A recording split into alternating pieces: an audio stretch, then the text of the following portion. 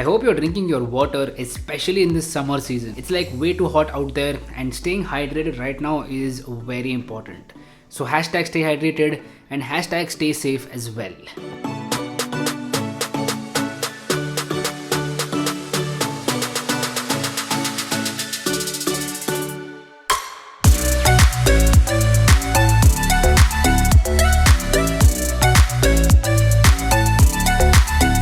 Hey guys, Harsh here and welcome back to Technoloop. Today we are talking about the Mi 11X Pro. Yes, the Pro variant of the Mi 11X. So just a couple of days ago I reviewed the Mi 11X, which is a great phone by the way, and this phone takes it to the next level. So this is the best Mi 11X out there. That's why the Pro in the name. Now guess who forgot to press the record button while shooting the unboxing of this phone? Yes, you are looking at him right now. I forgot to press the record button. But don't worry, the box contains all the usual things. Some paperwork, a clear transparent case, a USB Type-C to headphone jack adapter, the handset itself in the celestial silver color, a 33-watt fast charger, and a USB Type-C cable. So yes, those were the box contents. Now the main thing with this smartphone is performance. It is a high-end flagship level phone which comes with flagship internals. Snapdragon 888, which is the best out there by Qualcomm for this year. Along with that, it also has the Adreno 660 GPU, up to 8GB of LPDDR5 RAM, and up to 256GB of UFS 3.1 storage.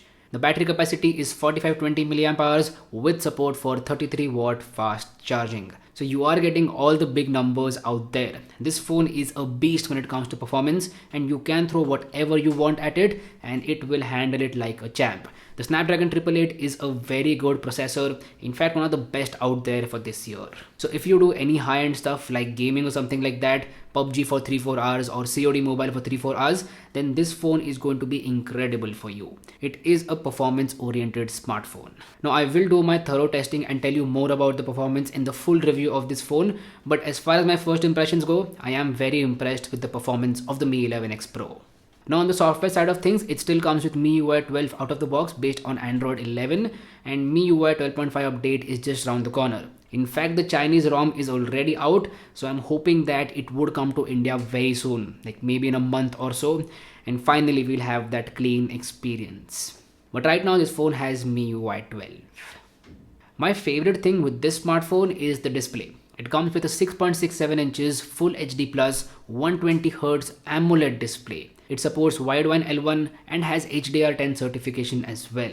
This is an excellent display for media consumption. So if you consume a lot of media on your smartphone, like watching movies on Netflix or videos on YouTube or in general scrolling through Instagram Reels, all these things are going to be an immersive experience because of that display. It has accurate colors, very good viewing angles, great contrast ratio, deeper blacks, and yes, AMOLED displays are just too good. Like they're the best out there, and Mi 11X Pro is no exception in that matter.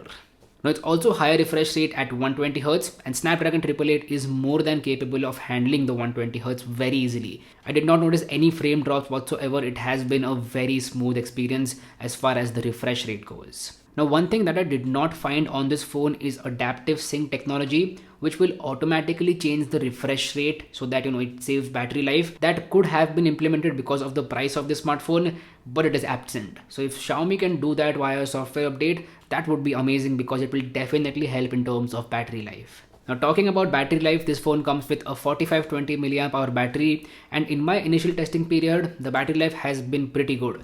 It's not excellent, but it's been just good. Like it will easily get you throughout the day and some part of the next day as well.